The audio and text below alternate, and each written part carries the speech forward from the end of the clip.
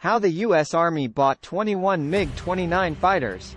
Oddly enough, the U.S. military acquired Soviet-era MiG-29 fighters following the dissolution of the USSR.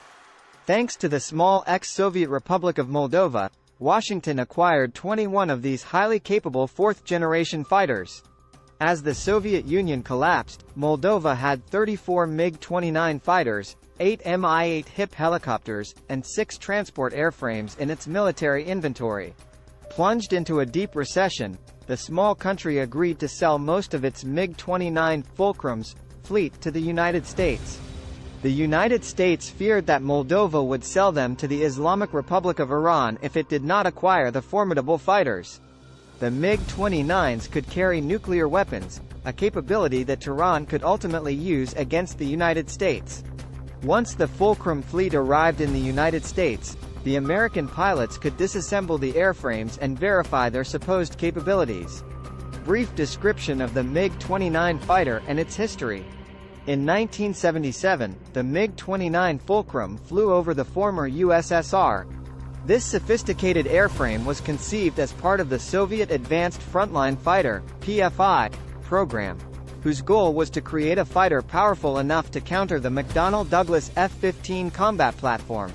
Ultimately, the PFI program selected the Su-27 from the manufacturer Sukhoi.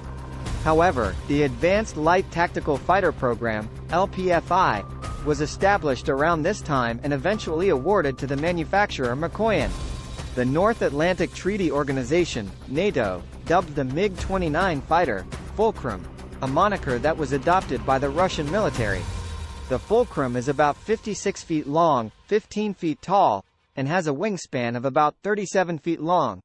With a top speed of Mach 2.25, about 1,300 knots, the MiG-29 is a very fast aircraft. Armament-wise, the aircraft is equipped with a 30mm Gryzev Shipyarov GSH-31 automatic cannon with 150 rounds.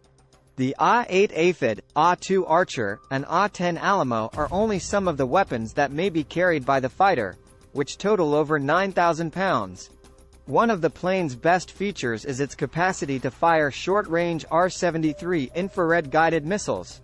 As explained in a previous 1945 article, this weapon could be aimed and fired using a helmet-mounted sight, which meant a Fulcrum pilot only had to look at a target in a 60-degree arc in front of him, instead of having to position the plane so that it was pointing at the target, to fire one of the missiles. Some test pilots were impressed by the capabilities of the Fulcrum.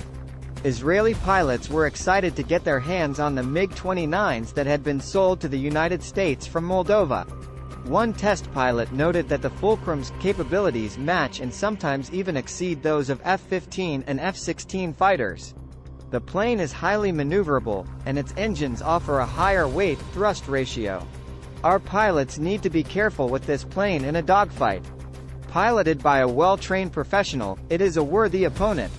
The U.S. acquisition of MiG-29 fighters killed two birds with one stone.